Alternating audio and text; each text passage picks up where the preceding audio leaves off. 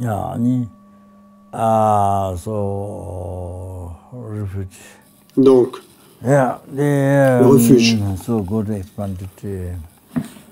So Je vais élaborer à ce propos un peu.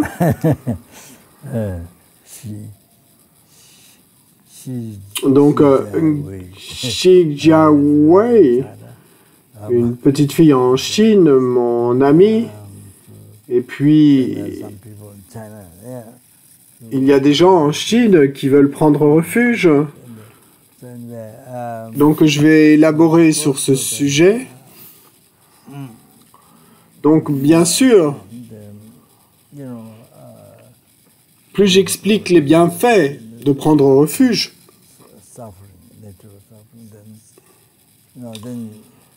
comme et la souffrance, la nature de la souffrance, oui. Alors, vous voyez combien il est important de prendre refuge. Plus vous savez combien le samsara est de la nature de la souffrance,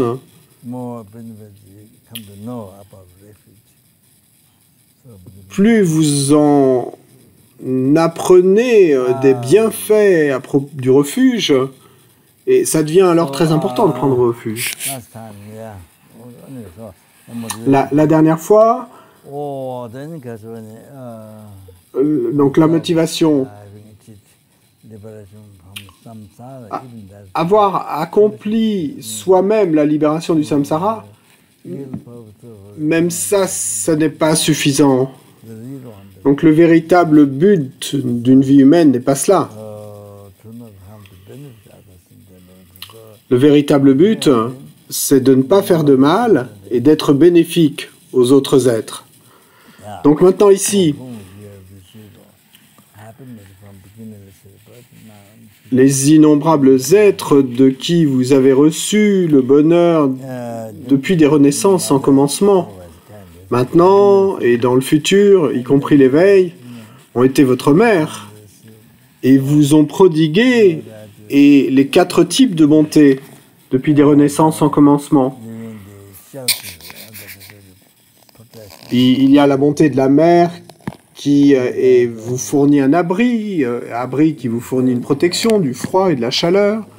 Chaque jour, chaque heure, chaque minute, chaque seconde, ce bonheur, la protection de votre vie, vous l'avez reçu d'innombrables êtres. Ils ont souffert, ils sont morts pour cela. Pour vous donner cela. Donc oui, leur bonté,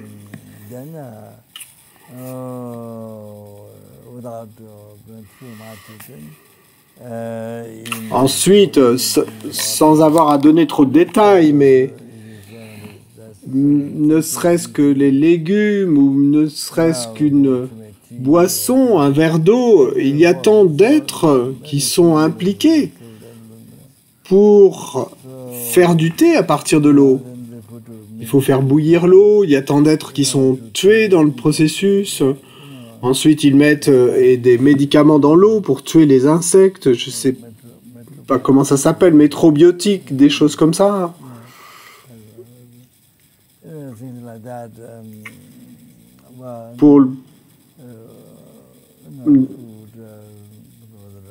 Pour la nourriture, pour le riz, d'innombrables êtres sensibles sont morts pour cela et ont souffert et ont créé du karma négatif. Et puis, ensuite, vous pouvez les manger.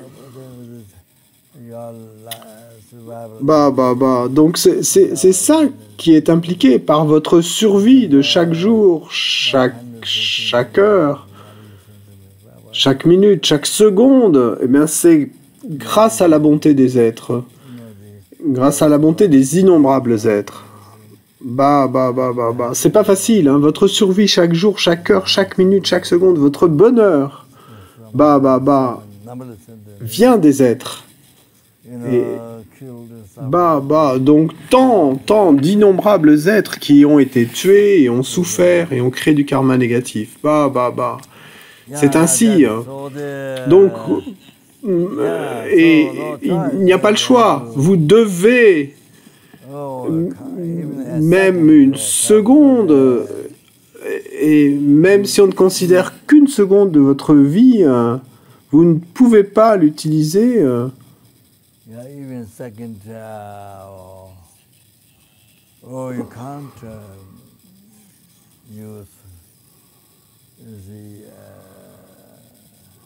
just to use your life to depress the. Simplement utiliser votre vie, votre précieuse vie humaine, pour accomplir le bonheur simplement pour soi-même, même si ce n'est que pour une seconde, cette pensée est insupportable alors. C'est incroyable, c'est insupportable. Vous ne pouvez pas alors faire cela. Impossible, ne serait-ce qu'une seconde, sans même parler de jours, de semaines, de mois, d'années.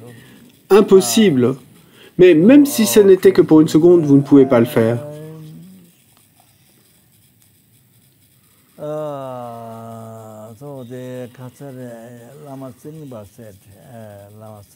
Lama Serlingpa a dit, donc Lama Serlingpa était originaire d'Indonésie, Lama Atisha lui était d'Inde. Déjà, Lama Atisha était un pandite. Déjà, il était très célèbre, très érudit et tout ça. Déjà. Mais alors, il est allé en Indonésie. Je pense que ça lui a pris 12 mois pour faire le voyage en bateau jusqu'à l'Indonésie. Et à de nombreuses reprises, il y a eu beaucoup d'obstacles. Des êtres mauvais ont interféré, des êtres démoniaques ont causé de la violence pour le bateau. Et puis, il y avait un bodhisattva à qui Lama Atisha a demandé de pacifier tout cela.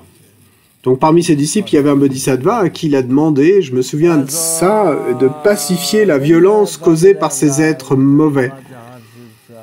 Et puis, finalement, il est arrivé après beaucoup d'épreuves, et un jour,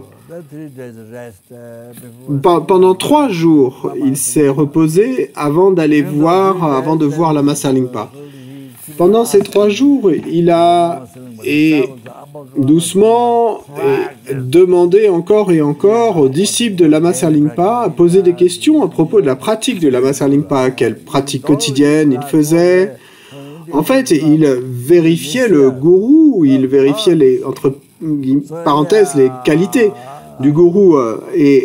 Donc, même s'il avait fait tout ce chemin pour venir d'Inde jusqu'en Indonésie, qui lui avait pris 12 mois, eh bien, il a quand même vérifié et checké Lama Serlingpa avant d'aller le voir pendant 3 jours. Et pendant ce temps, il a posé des questions. Pendant ces 3 jours, il a posé des questions à ses disciples et à propos de sa pratique. Ensuite, Lama Atisha est allé le voir avec tous ses disciples respectueusement. Et puis, Lama Serlingpa est sorti avec tous ses disciples. Et ensuite, pendant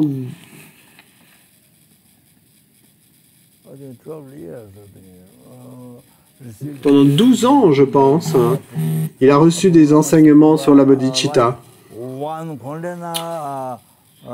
En particulier, en fait, de Lama Serlingpa, c'était comme si d'un conteneur rempli de nectar, bien vous fassiez passer le nectar dans un autre conteneur complètement.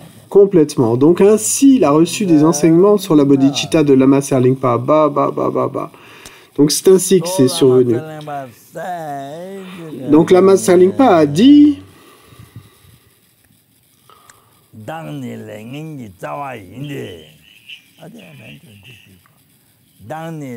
Je pense que j'ai déjà mentionné cela auparavant.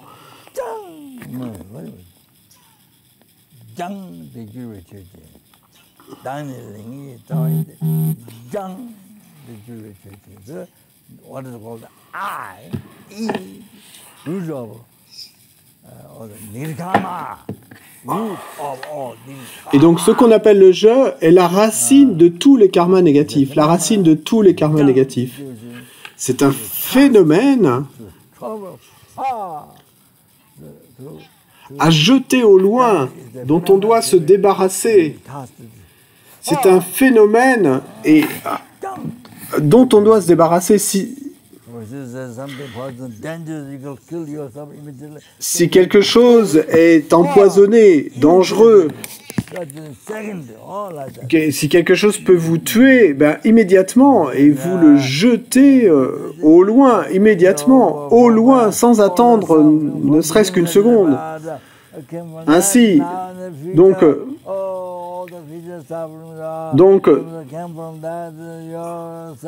ceux dont toutes les souffrances depuis les renaissances sont commencement sont venus, maintenant et dans le futur, et en fait toutes les souffrances du futur viennent de cela et de votre pensée de chérissement de soi. Donc pas seulement cela, mais avec cette pensée de chérissement de soi, vous avez fait du mal à d'innombrables êtres des enfers, d'innombrables esprits avides, d'innombrables animaux, d'innombrables êtres humains, d'innombrables suras, d'innombrables asuras, d'innombrables êtres de l'état intermédiaire, oui, et donc, et tous, chacun d'eux.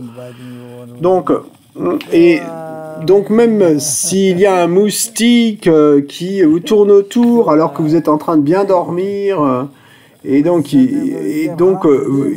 vous entendez son bourdonnement et vous voulez le tuer ainsi, quoi que ce soit, ou il y a une fourmi qui vous pique, quoi que ce soit. Donc avec la pensée de chérissement de soi, vous voulez faire du mal, leur faire du mal, depuis des renaissances sans commencement. Vous leur avez fait du mal depuis des renaissances sans commencement.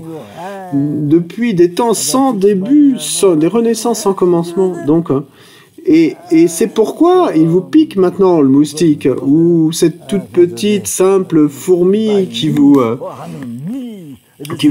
pique sur la joue. Donc c'est ainsi, et bien sûr, on la tue alors, ou on le tue, ce moustique, il me pique, moi, il me fait du mal à moi, ce moi réel, qui n'est pas là, hein, et qui est totale hallucination totale. Donc, il y a du mal qui est commis ainsi, mais on ne comprend pas du tout le processus. Donc pas seulement cela, mais avec cette pensée de chérissement de soi, vous avez fait du mal à d'innombrables êtres, et puis ensuite ils ont souffert, vous leur avez fait du mal depuis sans fin, depuis des temps sans commencement, pas seulement de ce samsara sans commencement, mais également sans fin. Donc vous devez savoir cela. Et donc, ceci est un phénomène à jeter au loin, ce jeu. La Mère Serlipa a dit cela.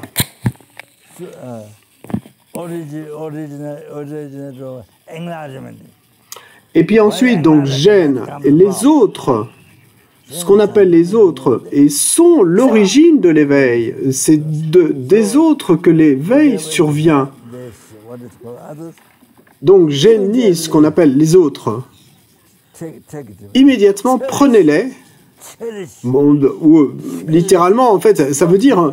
Et immédiatement, chérissez-les, chérissez-les, chérissez-les. Et vous ne voulez pas les jeter au loin, vous voulez les chérir.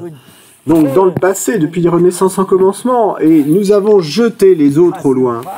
Et nous sommes totalement débarrassés, nous avons jeté au loin les autres. Les autres, d'où nous accomplissons tous les bonheurs, l'éveil, tout. Et d'où viennent tous les Bouddhas, le Dharma, la Sangha, la chose la plus précieuse, vous l'achetez au loin.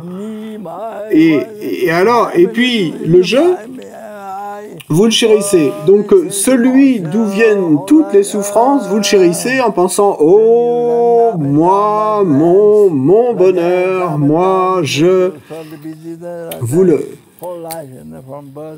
le chérissez pour toute votre vie, hein, jusqu'à la mort. Et donc vous venez comme de haut en bas, comme des fourmis qui courent de haut en bas. Vous êtes totalement occupé toute votre vie depuis la naissance, et puis toute votre vie jusqu'à ce que vous mourrez, est préoccupé par ce jeu, mais il n'est pas là. Donc ce jeu qui n'est pas là. Le jeu réel n'est pas là. Il n'y a rien à chérir. En réalité, il n'y a rien à chérir. Il n'y a rien à chérir. Il n'y a pas de jeu. Il n'y a pas de jeu réel. Donc, c'est une hallucination totale. Une hallucination totale, totale. Par exemple, regardez les insectes. Regardez les fourmis. Si vous les touchez avec le doigt, et elles partent en courant. Pourquoi? Pourquoi?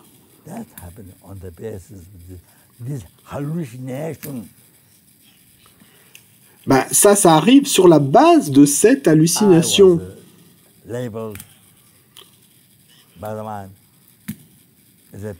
Le jeu a été labellé, étiqueté, imputé par l'esprit. Et il est apparu comme étant réel à la seconde suivante. Et puis la troisième seconde, alors, vous y avez cru, vous l'avez pris comme étant réel. Donc cette pensée, sur la base de cette hallucination, les fourmis ont peur, elles partent en courant. Donc une hallucination totale.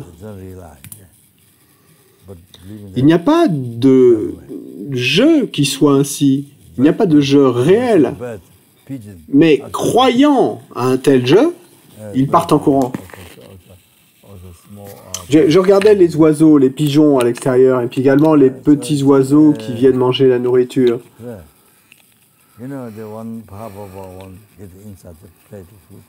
Donc quand il y a un oiseau puissant qui se met dans l'assiette de nourriture, alors quand d'autres oiseaux arrivent, donc cet oiseau puissant les chasse au loin. Ben ça c'est sur la base du jeu réel. Sur la base de cette pensée qui est focalisée sur les agrégats simplement imputés comme le jeu, alors cette hallucination apparaît comme réelle et alors vous y croyez. Donc sur la base de cela, alors s'élève l'attachement et la colère. Il y a l'attachement à la nourriture.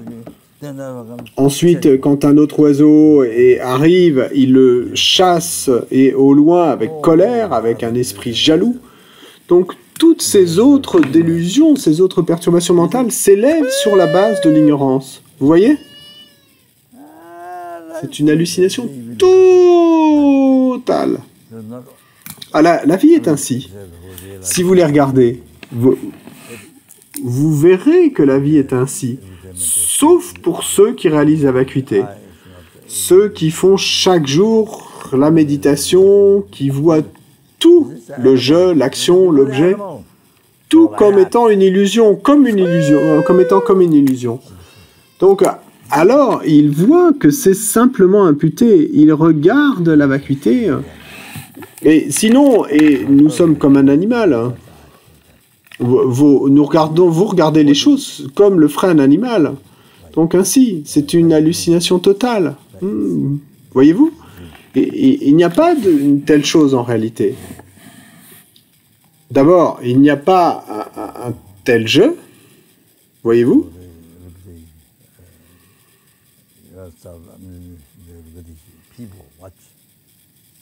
Donc ce qu'ils font est une hallucination complète, c'est comme un rêve, comme dans le sommeil, un rêve.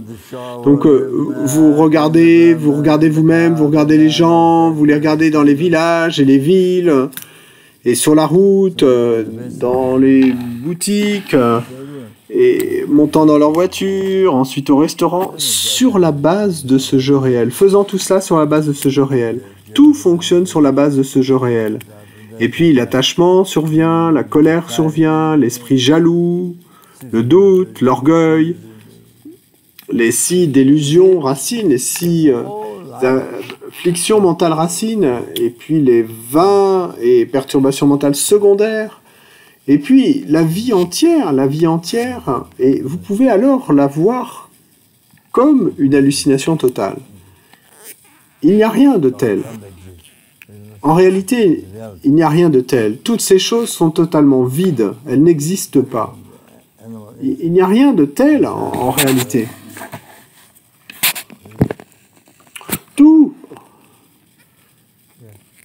à commencer par les animaux, les insectes, les oiseaux, sauf pour ceux qui ont réalisé la vacuité et qui voient les choses comme une illusion, le je, le créateur, le je, l'action, l'objet, comme une illusion, comme quelque chose de simplement imputé par l'esprit, comme vide. Donc pour ceux qui réalisaient cela, c'est ainsi, mais pour tous les autres, c'est une hallucination totale. Pour le mendiant qui mendie dans les rues, et jusqu'au roi, aux milliardaires, aux zillionnaires, et tout est une hallucination. Donc il n'y a pas de centre commercial, il n'y a pas de supermarché, il n'y a rien. Il n'y a pas de maquillage de la femme, il n'y a pas de vêtements de l'homme ou de vêtements de l'enfant, rien n'existe. Cette chose réelle n'est pas là. Il n'y a pas de commerçant réel, il n'y a pas de client réel, il n'y a pas d'argent réel. C'est comme ça en réalité. C'est la réalité. Ah, la vacuité, les gens, beaucoup de gens qui sont dans le bouddhisme. Oh, la vacuité, ils me posent des questions sur la vacuité. Mais cette chose, la vacuité, c'est comme cela. Vous n'êtes pas là. Vous pensez que vous êtes là. Vous pensez, je pose cette question. Ou je suis en train de méditer. Ou vous êtes soucieux, vous souffrez, ou vous êtes déprimé. Mais il n'y a rien qui manque. Rien n'est là. Oui. Donc c'est une projection erronée. Il n'y a rien là. Et puis, bon, vous avez un procès. Elle est responsable de cet accident de voiture terrible. Elle est mauvaise. Je veux qu'elle aille en prison. Ouah, je veux la punir avec des dollars à payer. Mais en réalité, il n'y a rien. Pas de prison, pas de personne qui aille en prison. Pas de mal qui ait été commis. Il n'y a rien.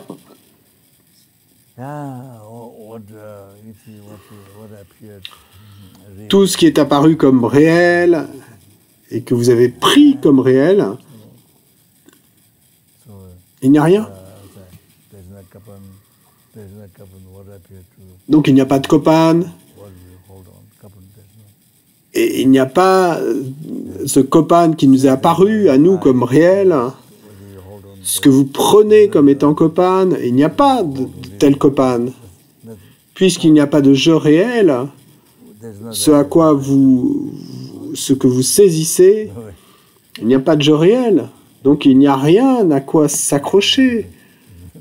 Quelque chose de réel à saisir, auquel s'accrocher. Rien. Donc comment peut-il y avoir un Copan ?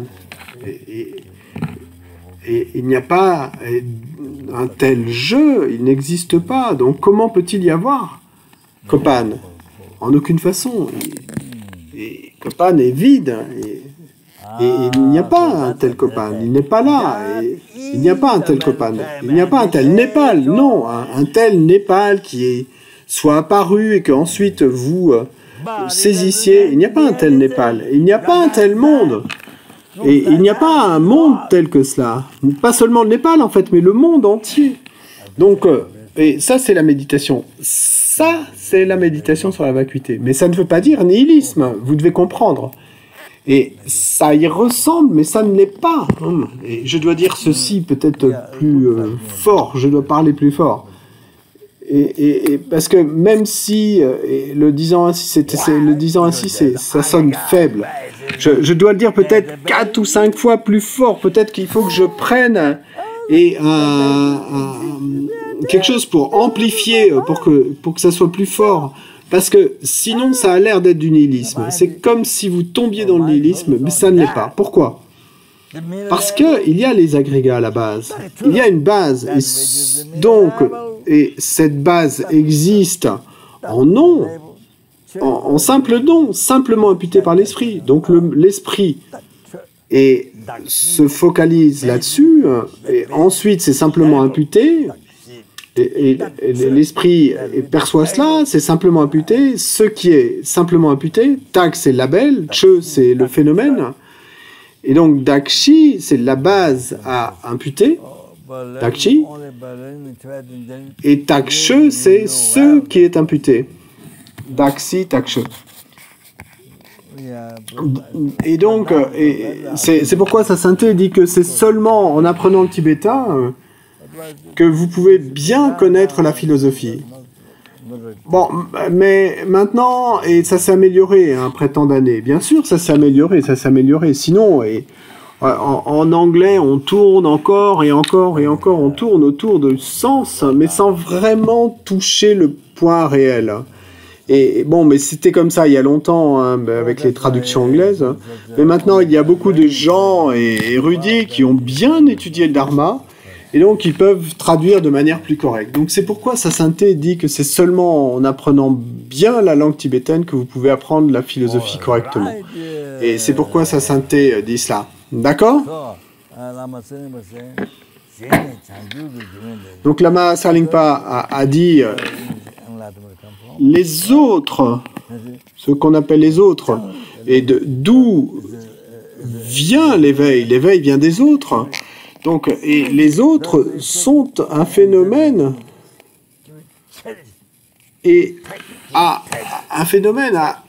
immédiatement, sans même attendre une seconde. Donc ça c'est moi qui fais un commentaire en ajoutant sans même attendre une seconde, mais donc sont un phénomène à chérir immédiatement, à prendre immédiatement, dans le sens de chérir. Et ainsi. Ok, donc ça c'est la motivation. Et puis, les innombrables êtres pour les libérer des océans de souffrance samsarique, et les innombrables êtres pour les amener à l'éveil, à la cessation totale des obscurcissements grossiers et subtils, et l'accomplissement des réalisations. Donc,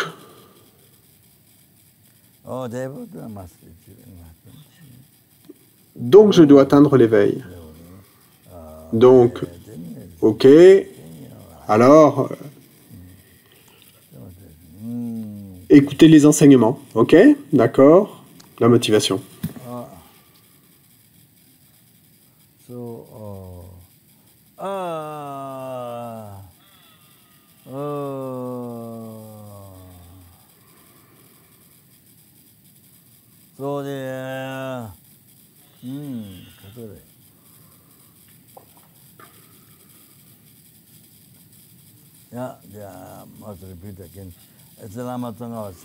Je dois répéter de nouveau.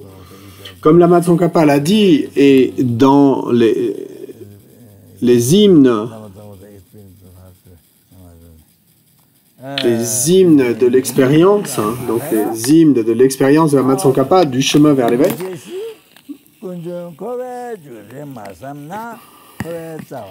si vous ne mettez pas d'effort pour penser aux inconvénients des véritables souffrances, la pensée de chercher la libération ne surviendra pas exactement. Si vous ne pensez pas aux causes, à l'évolution du samsara, vous ne saurez pas comment couper la racine du samsara. Et donc, remettez-vous-en à un esprit qui veut renoncer au samsara et chérissez la compréhension de ce qui vous attache au samsara.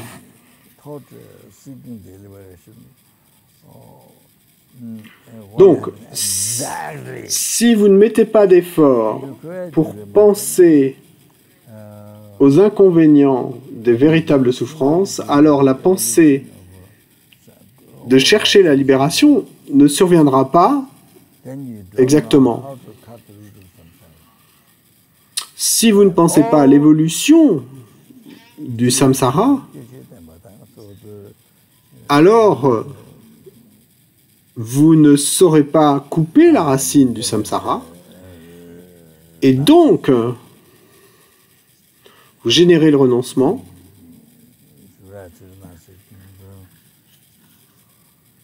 Le renoncement s'élève, le renoncement au samsara, cet esprit et qui n'en veut plus, qui n'en peut plus, donc vous vous en remettez à cet esprit. Vous appuyez dessus.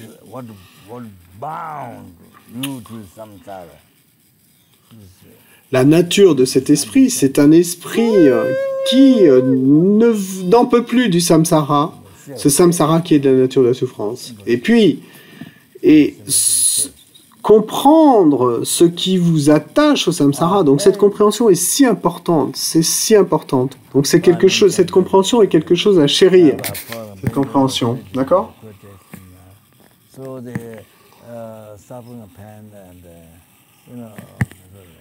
Et donc, comme je l'ai mentionné, et en citant Panchen Losang Chogyен, la souffrance de la douleur, par exemple, comme la souffrance des êtres humains, la souffrance en ce qui concerne les êtres humains. Donc, c'est la souffrance de la naissance, la souffrance du vieillissement, la souffrance des maladies, la souffrance de la mort, et puis rencontrer la souffrance, être séparé du bonheur, donc de la façon dont c'est mentionné dans Libération dans la paume de la main.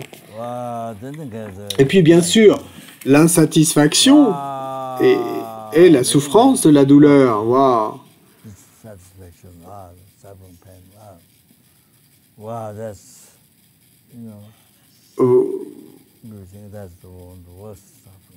Vous pensez que c'est une des pires souffrances, la souffrance la plus lourde, l'insatisfaction, parmi toutes les souffrances du samsara. Les milliardaires, les zillionnaires, les gens riches, ils sont si célèbres, et puis ils doivent aller en prison, par exemple. Et il y a quelqu'un qui leur fait des problèmes et ils doivent aller en prison. Donc, et ça s'est arrivé de nombreuses fois, où il y a eu des abus sexuels ou quelque chose comme ça, ils doivent aller en prison. Donc il y a beaucoup de problèmes. Les gens... Et les gens créent beaucoup de grands problèmes, de nos jours encore plus, donc ils doivent même parfois aller en prison. Donc ça, c'est la souffrance de l'insatisfaction. Les rois et les présidents en souffrent, même les milliardaires et les gens célèbres en souffrent. Wow. Pas seulement les gens simples. Hein. Waouh, l'insatisfaction, il y a tant de problèmes qui viennent de cela, de ne pas être content avec ce qu'on a, de ne pas avoir accompli la satisfaction. Et ça n'est pas enseigné à l'université, c'est pas enseigné en Occident et au lycée, c'est pas enseigné dans les universités. Oui, il y a des gens qui apprennent le bouddhisme, qui étudient le bouddhisme, mais plutôt comme une histoire, ou comme ils étudieraient l'histoire, ou quelque chose comme ça. Dans certaines universités, vous apprenez le sujet, mais c'est simplement pour écouter, et comme ça, mais c'est pas pour le pratiquer.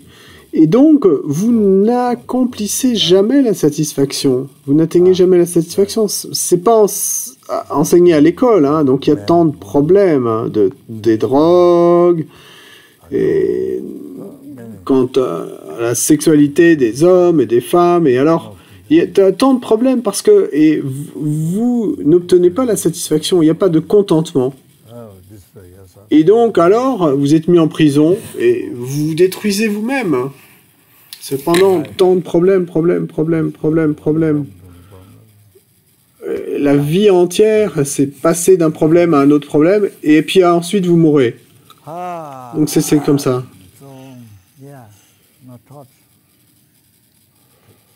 Donc ça n'est pas enseigné comment avoir la satisfaction et le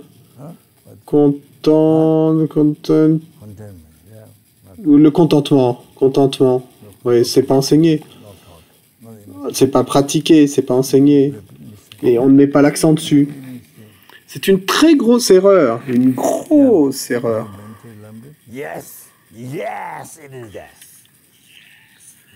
Si vous méditez sur le Lamrim, oui, c'est là. Ça y est. Oui, ça y est. C'est une chose basique. Une chose basique. Oui. Même dans le monde, le virus, il y a tant de problèmes, tant de souffrances, tant... Comme de la neige qui tombe. Mais vous avez le Le quoi? Vous avez le contentement, le contentement. Vous avez le contentement et la satisfaction. Oui, vous-même, vous avez ça. Le monde souffre tant, mais vous êtes comme sa sainteté. Vous avez le renoncement et particulièrement la bodhicitta. Waouh, waouh. Alors, il y a tant de bonheur dans votre vie. Waouh. Donc, quoi qu'il en soit. Wow, so that's oh, then Et puis,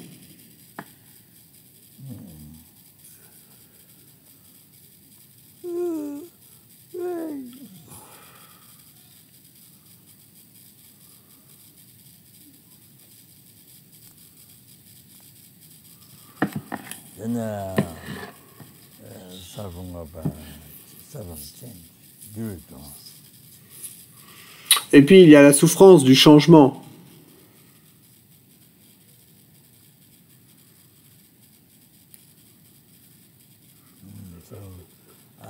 For example,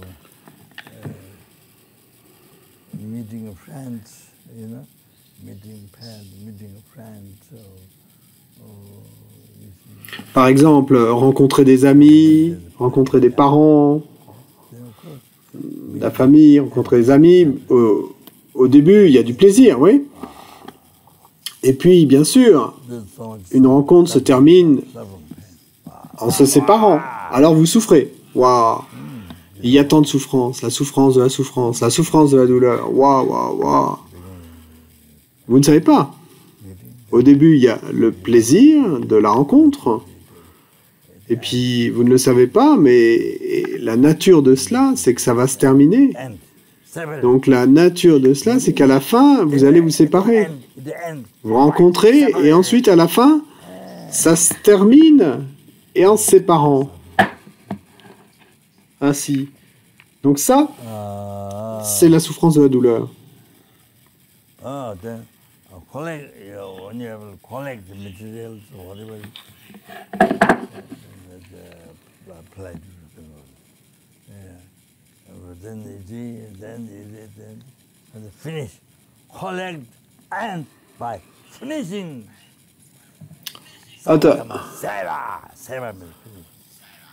ensuite, quand vous arrivez à rassembler des matériaux, des choses matérielles ou quoi que ce soit, alors il y a du plaisir. Mais ensuite, ça se termine. Vous accumulez des choses et ensuite, ça se termine. Donc, c'est pas, ça veut dire se terminer. Donc, et vous accumulez, mais l'accumulation se termine avec une fin. Donc alors, de nouveau, il y a la souffrance de la douleur. Ah, vous devez savoir cela. After birth, end up with death. Et donc, quoi d'autre? Et la renaissance, ben après la naissance, et ça se termine avec la mort. Et quoi d'autre? Bon, je ne me souviens pas du reste. Il y a beaucoup d'autres choses qui sont mentionnées comme ça, voyez-vous?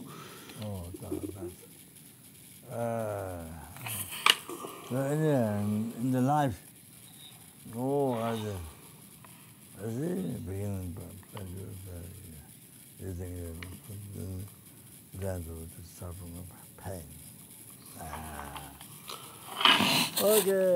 Et donc, quoi qu'il en soit dans la vie, au début, il y a toujours du plaisir. Vous pensez que c'est du plaisir, mais ensuite, ça se termine avec la souffrance de la douleur. Ok? Donc, la vie est pleine de cela. Non, et puis, bien sûr, comme je l'ai mentionné,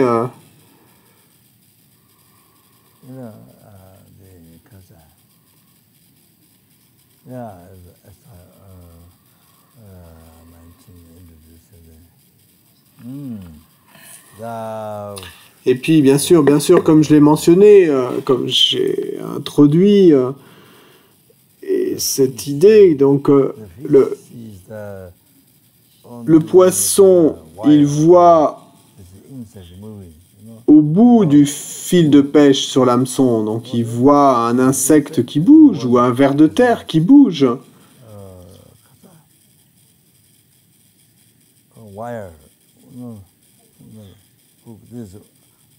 Donc il voit l'insecte ou qui est en fait accroché sur un hameçon, donc un hameçon comme ça. Donc au bout de cet hameçon en métal, et il y a cette petite flèche comme une épingle, et donc qui traverse le corps de l'insecte ou du ver de terre. Vous pouvez imaginer. Et donc le ver de terre, il bouge, il n'est pas encore mort, il bouge. Et puis le poisson, au loin, de loin, le voit, et il se dit, oh, un insecte, un ver de terre, et il court pour l'attraper. Donc, il fait ça pour le plaisir, et il pense de cette façon. Vous courez pour attraper cet insecte, et puis c'est vous qui êtes attrapé. Et vous êtes attrapé par l'hameçon, en fait, et vous ne pouvez pas vous en libérer. Donc, les plaisirs samsariques vous trompent. Et vous devez savoir que les plaisirs samsariques vous trompent. Et donc cela, et ainsi, il vous trompe. Ce qui veut dire que votre esprit vous trompe. Votre esprit, à la base, c'est votre concept qui vous trompe. Vous devez savoir cela. Vous vous trompez vous-même. Et il n'y a personne qui vous trompe. Vous vous trompez vous-même. Vous devez savoir cela. Vous êtes le créateur de votre souffrance. Parce que toujours, et vous vous précipitez pour obtenir les plaisirs samsariques, et puis ensuite vous allez porter le blâme, vous allez blâmer la météo, la pluie, le soleil, les gens, les insectes. Et, vous voyez? Mais vous allez dire, oh, vous-même, moi-même, je suis parfait. Vous-même, vous êtes Dieu, parfait. Mais tout vient de votre esprit. Toutes les choses négatives viennent de votre esprit négatif, quoi qu'il en soit. Donc, les plaisirs du samsara sont comme ça. Et puis ensuite, vous êtes tué.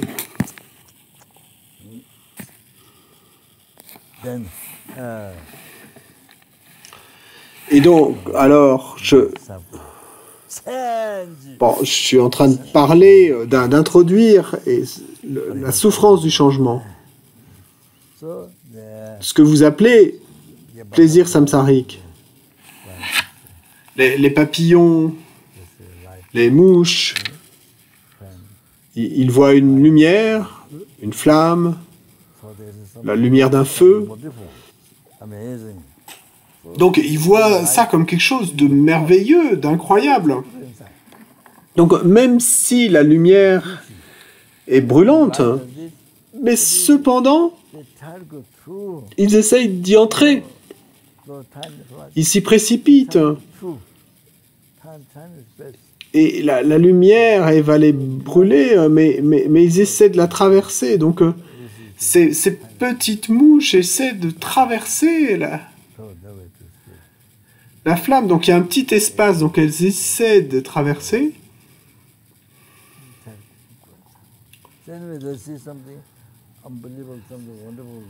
Et ou dans le verre où il y a de la nourriture, vous voyez ces petites mouches, donc elles ne peuvent plus s'en échapper, elles y meurent, mais il n'y a pas de... Et elles essaient quand même d'y rentrer, elles voient quelque chose d'incroyable, quelque chose de merveilleux. Je ne sais pas, elles le voient comme un palace céleste, je ne sais pas, quelque chose d'incroyablement attirant. Mais une fois qu'elles y entrent, brûlées. Si c'est une flamme de bougie, et ensuite, eh bien, elles tombent dans la cire, et puis elles y sont complètement engluées, attrapées. Donc, et en s'accrochant au plaisir du samsarique, eh ben, c'est ce qui se passe. Il vous trompe totalement. C'est un exemple. Ça, c'est un exemple de la souffrance du changement. Et il vous trompe. L'attachement à cela et vous trompe comme cela. Vous devez méditer ainsi. Je crois pas que les gens méditent. Pour moi, il me semble que beaucoup de gens ne méditent pas sur le renoncement au samsara. Comment le samsara est de la nature de la souffrance. Et même s'ils connaissent le lamrim, ils lisent un peu, ils font une méditation très grossière. Mais particulièrement quant à la souffrance du changement, et il y a beaucoup de gens qui ne connaissent pas grand-chose.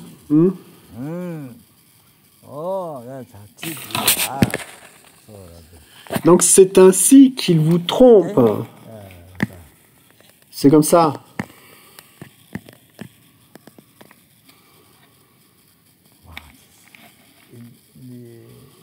Et puis, cela au Sri Lanka, non, en Corée,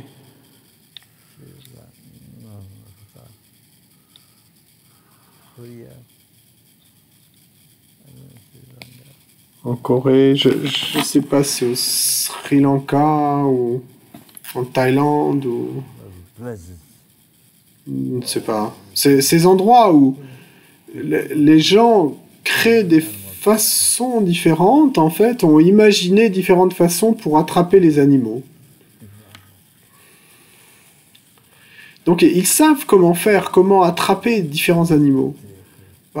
Donc avec un bambou, par exemple, ils vont fabriquer un piège, et puis ensuite, ils laissent le piège et ils s'en vont, et puis, et quand l'animal particulier qui le recherche arrive, il est attrapé, donc, et ils mettent un appât, là, peut-être un oiseau, ou un poulet, ou un bébé poulet, et puis l'animal vient pour le dévorer, mais l'animal est attrapé, est pris au piège. Donc ils savent exactement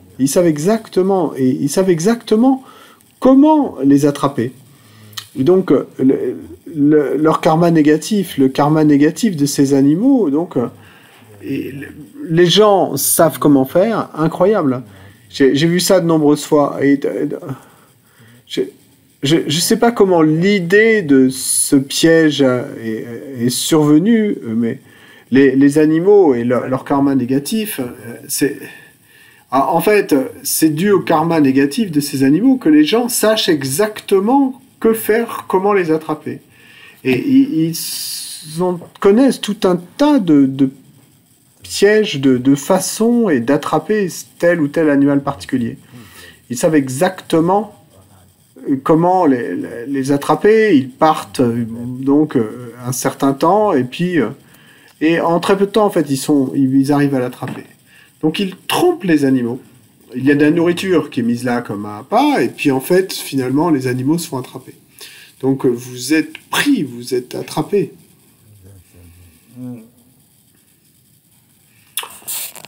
Et puis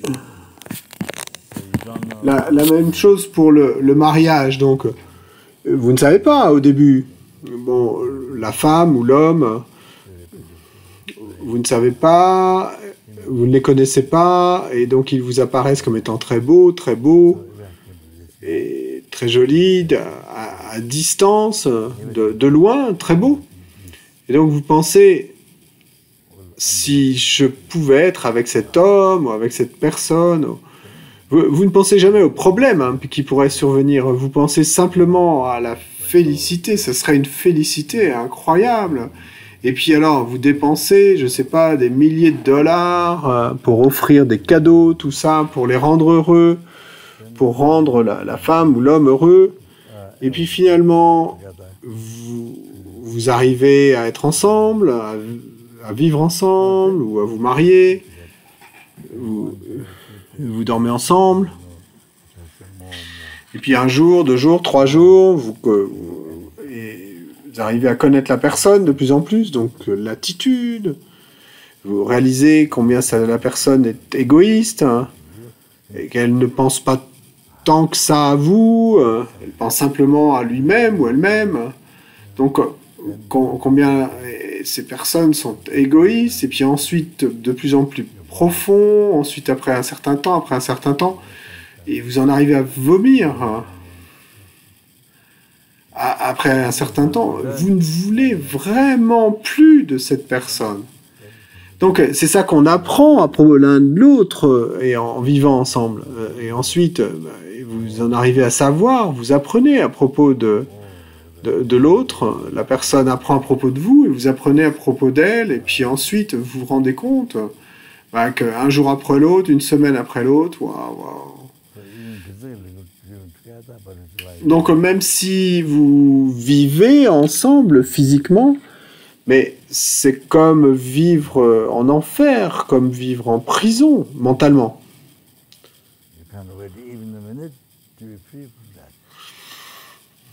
Et vous ne voudriez même pas attendre une minute avant de pouvoir être libre de cela. Donc vous pensez, mais comment puis-je me libérer de cette personne chaque jour?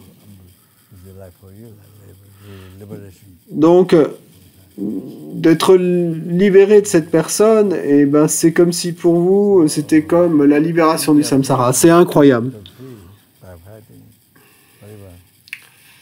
Et puis, même si vous êtes libéré d'eux, même si vous êtes libéré en vous battant, ou quoi que vous ayez fait, que vous êtes libéré de cette personne, mais alors,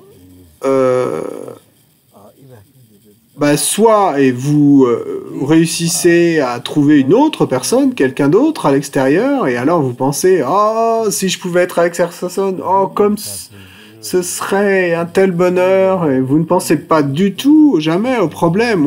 C'est exactement de nouveau la même chose. Et puis vous commencez à vivre ensemble, et puis jour après jour, alors que vous restez ensemble, de plus en plus proches et plus proches. Et de plus en plus, vous voyez les défauts de l'autre, les erreurs, et donc la même souffrance, tant de souffrance. Vous avez tant dépensé, vous avez dépensé tant d'argent, savez-vous, en travaillant dur, jour et nuit, et quoi que ce soit d'ennuyeux que vous ayez eu à faire pour travailler. Tout cela pour exaucer, en fait, et votre attachement, et pour... et votre pensée de chérissement de soi. Donc, de nouveau, la même chose. Donc, vous souffrez de la même manière. Et puis, ça continue comme ça jusqu'à ce que vous mouriez. Et puis, un jour, vous mourrez. Et ça y est. Et parti. La précieuse vie humaine est partie. Et rien n'a été utile, en fait. C'est si triste. Vous dirigez vers les royaumes inférieurs. Et il n'y a pas même pas la confession des 4 pouvoirs, et aucun n'est présent, des 4 forces. Donc il y a beaucoup d'exemples, c'est comme, et il y a tous ces exemples, il y en a tant, c'est comme du miel sur une lame, du miel que vous léchez sur une lame. Quand vous le léchez, vous appréciez le miel, mais ensuite... vous coupez. Donc, tout en appréciant le miel, vous coupez la langue. Donc, c'est ainsi l'attachement au plaisir samsarique. C'est comme ça qu'on médite là-dessus. D'accord? Donc, ainsi, vous devez y réfléchir. Nous devrions beaucoup méditer. Je vous ai donné quelques graines sur comment méditer, mais vous devriez élaborer à partir de cela.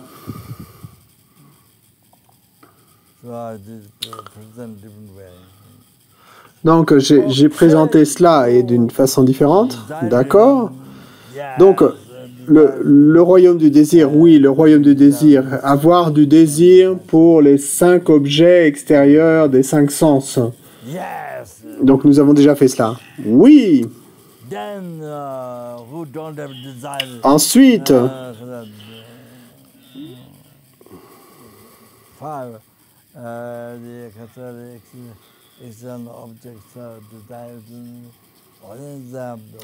donc ensuite, ceux qui n'ont pas de désir pour les 5 objets extérieurs du désir, donc il y a le monde de la forme, les dieux mondains,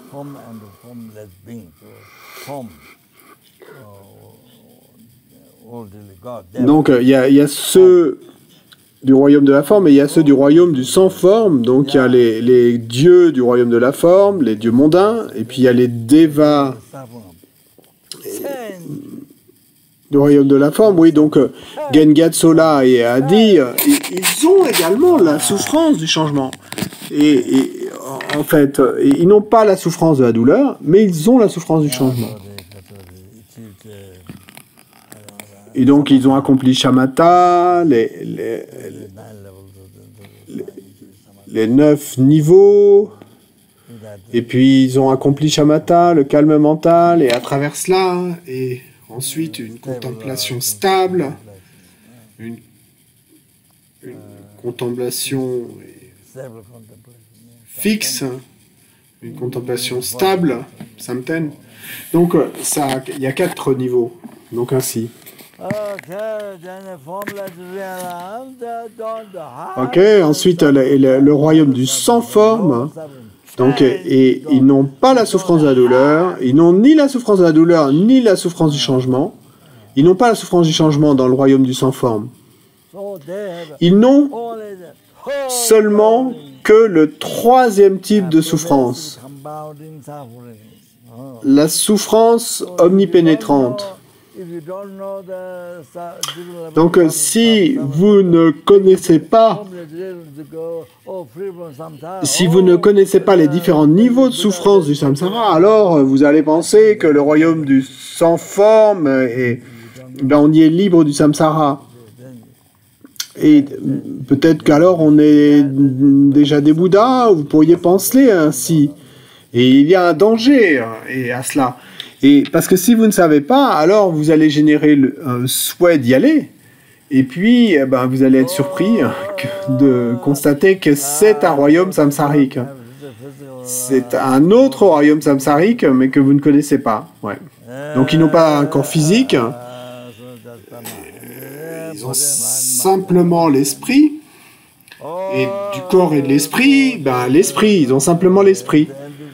Et l'esprit qui est sous le contrôle des délusions, des perturbations mentales et du karma, il n'est pas libre des délusions et du karma, il est sous le contrôle des délusions et du karma, donc il est imprégné par la souffrance, de là jusque tout en bas à l'enfer, au plus bas des enfers, au 8e des enfers, Nyalwan armé, la souffrance insupportable, oui.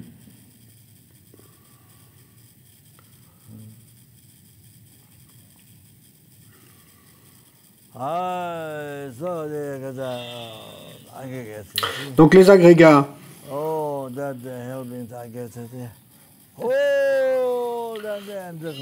Des agrégats des enfers et jusqu'au niveau les plus élevés, mais les agrégats, tous sont sous le contrôle des délusions et du karma. Donc les agrégats sont imprégnés par la souffrance.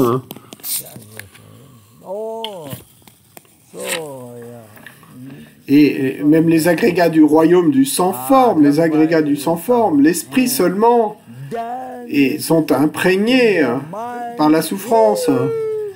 Mais jusqu'aux agrégats, et si on redescend, et jusqu'au 8e des enfers, Nyalwan armé, l'enfer, et qui ne s'épuise jamais, donc les agrégats. Donc ainsi, les agrégats des êtres sont couverts par la souffrance. Et puis, ceux-là, alors leur esprit est graine contaminée de délusion et du karma. Donc à partir de cette graine, et la délusion, la perturbation mentale s'élève de nouveau, la souffrance s'élève de nouveau. C'est pour ça qu'on dit omnipénétrante. Donc ainsi, eux et les êtres du royaume du sans forme ne sont pas libres du troisième type de souffrance. Donc un jour, quand leur karma se termine, et de nouveau, ils prennent renaissance dans le royaume des enfers, des esprits avides, des animaux, des êtres humains du royaume du désir. Et nous avons été ainsi, et nous avons traversé tout cela d'innombrables fois. Dans le royaume des sans forme, nous y sommes renés d'innombrables fois. Et nous sommes nés dans le royaume de la forme, et dans le royaume du sans forme d'innombrables fois depuis des renaissances sans commencement. Donc, nous devons nous libérer de tout cela, ok? Donc, je vais arrêter là. Donc, et par tous les mérites du passé, du présent et du futur accumulés par moi-même, tous les mérites des 3 temps accumulés par d'innombrables êtres et d'innombrables Bouddhas, puisse la bodhicitta, qui est la source de tous les bonheurs et tous les succès, y compris l'éveil pour soi-même et pour tous les êtres, être généré dans le cœur de soi-même, de membres de ma propre famille, dans le cœur de chaque être des enfers, dans le cœur de chaque esprit avide, dans le cœur de chaque animal, dans le cœur de chaque être humain, et dans les cœurs de tous les suras, de tous les asuras, et de tous les êtres de l'état intermédiaire.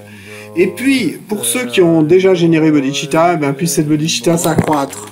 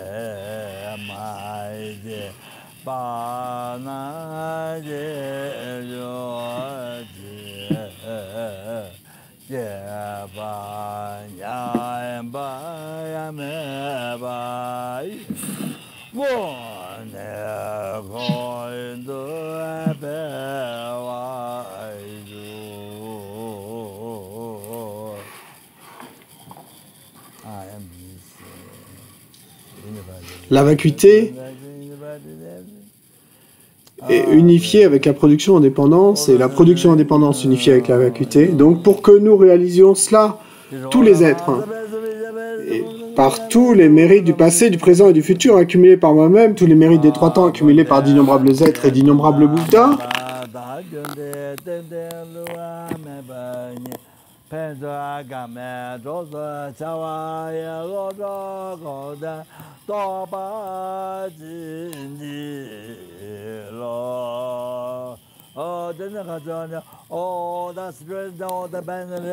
et puis tous les étudiants, tous les bienfaiteurs, tous ceux qui s'en sont remis à moi, pour qui j'ai promis de prier, tous ceux dont le nom m'a été donné, tous ceux qui sont morts de différentes façons, particulièrement morts du virus, et ces nombreux millions qui sont morts, et puis tous les membres de votre famille, tous ceux qui sont morts, ceux qui ne sont pas encore morts, et même vous-même, puissions-nous tous être guidés par la Tsongkhapa, agissant comme gourou direct du Mahayana, et puissions-nous ne jamais être séparés du chemin qui est admiré par tous les Bouddhas.